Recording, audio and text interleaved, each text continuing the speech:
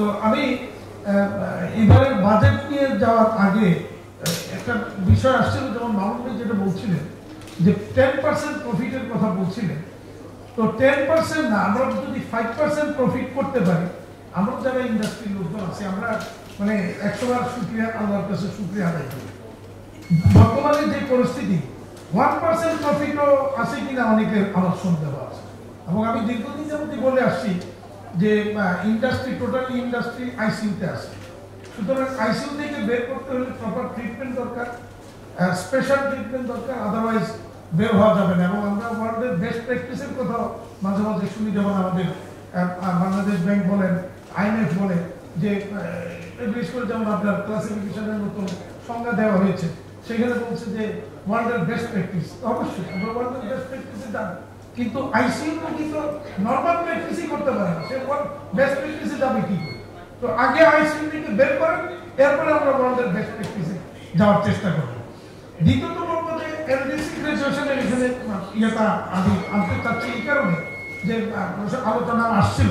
তো এলডিসি গ্রাজুয়েশনে যাওয়ার কোনো মতো ব্যবস্থা অবস্থান আমাদের বর্তমানে, যেটা অনেকবার আমি এরপরে সরকার যেহেতু বলেছেন যে যাবেনি, তো গেলে পরে রোডম্যাপটা কোথায়? আমরা যারা স্টেক হোল্ডার, আমরা যারা ব্যবসায়ী, তো আমাদেরকে নিয়ে এলডিসি গ্রাজুয়েশনে যেতে হলে তো একটা রোডম্যাপ তৈরি হওয়া দরকার, আমাদেরকে ইনস্ট্রাকশন দেওয়া দরকার, আমাদের একটা গাইডলাইন দেওয়া দরকার যে এই গাইডলাইনে এইভাবে আপনারা আগান, তাহলে এলডিসি গ্রাজুয়েশনটা আমরা সাকসেসফুলি ওভারকাম করতে পারবো। কিন্তু আমি কোনো সেই ধরনের কোনো গাইডলাইন বা কোনো রকমের পরামর্শ, কোনো দিক নির্দেশনা আমরা কিন্তু এখনো পর্যন্ত সরকারের দিক থেকে বা কারো দিক থেকে আমরা কিন্তু পাইনি, যেটা আমাদেরকে খুব আতঙ্কিত করছে। আমরা আশঙ্কা করছি যে এলডিসি গ্রাজুয়েশনের পরে একটা বিপর্যয় ঘটবে কিনা, সেটা আমরা আশঙ্কা করছি। এবার আসি যে বাজেটের ব্যাপারটা নিয়ে আমাদের যে প্রত্যাশা, অনেকবার বিগত সরকারের সময় আপনারা দেখেছেন যে আমি কিন্তু তখনও সোচ্চার ছিলাম। তো আমরা অনেকবার বলেছি, এবং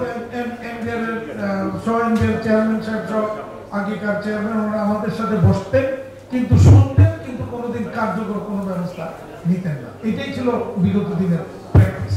এবং আমাদের কাছে খুব কষ্ট লাগতো যে আমরা যে কথাগুলি বলি, এই কথাগুলি অযৌক্তিক কিনা সেটাও ওনারা বলতেন না।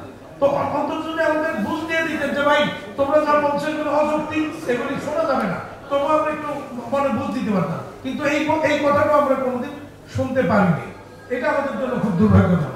তো এবারে যিনি আইনবিআর চেয়ারম্যান আছেন, আমাদের কাছে আমরা খুব আশাবাদী। উনি অত্যন্ত একজন পজিটিভ লোক এবং বাস্তব জিনিসগুলি, যৌক্তিক জিনিসগুলি আমলে নেওয়ার চেষ্টা করছেন তিনি। এবং আমরা খুব আশাবাদী যে এবারে অন্তত কিছু কিছু জায়গায় কিছু পরিবর্তন আসবে। যেমন আমি দীর্ঘদিন বলে আসছি, এটা আপনাদের অনেকেই জানেন যে ট্যাক্সেশন যে পলিসি, এটা আমি বলবো যে এটা কোনো ইনভেস্টমেন্ট বা ব্যবসার জন্য কোনো পলিসি নেই, এটা ব্যবসা এবং ইনভেস্টমেন্ট পরিপন্থী একটা পলিসি হয়ে আছে এখানে। যেমন আমাদের কাছ থেকে এআইটি কেটে নেওয়া হচ্ছে, এই এআইটি যদি পরবর্তীতে রিটার্ন দাখিলের পরে অ্যাডজাস্টমেন্ট অথবা ক্যারি ফরওয়ার্ড অথবা অন্য কোনো জায়গায় সুযোগ না থাকে এবং পুরোটাই যদি নিয়ে নেয়, তাহলে এটা আমাদেরকে বলা হচ্ছে কর্পোরেট ট্যাক্স রেট, এটা হলো 12%। সেখানে কোনো কর্পোরেট ট্যাক্স রেট আছে, তখন হলো যা খুশি তাই দিতে। তো এটা একটা দেশে এইভাবে যদি পলিসি থাকে, তাহলে বিনিয়োগ তো প্রশ্নই আসে না। বাংলাদেশে কিছুদিন আগে আপনি দেখলেন যে একটা অত্যন্ত সফল আয়োজনের দিক থেকে এবং পার্টিসিপেশনের দিক থেকে অত্যন্ত সফল একটা বিনিয়োগ সম্মেলন হলো, ইনভেস্টমেন্ট সামিট। আমাদের প্রধান উপদেষ্টা মহোদয় এবং বিডার চেয়ারম্যান মহোদয়, ওনারা এটাকে সাকসেসফুলি করেছেন এবং ওনাদের দেখেই কিন্তু বিনিয়োগকারীরা এখানে অনেকে আসছে।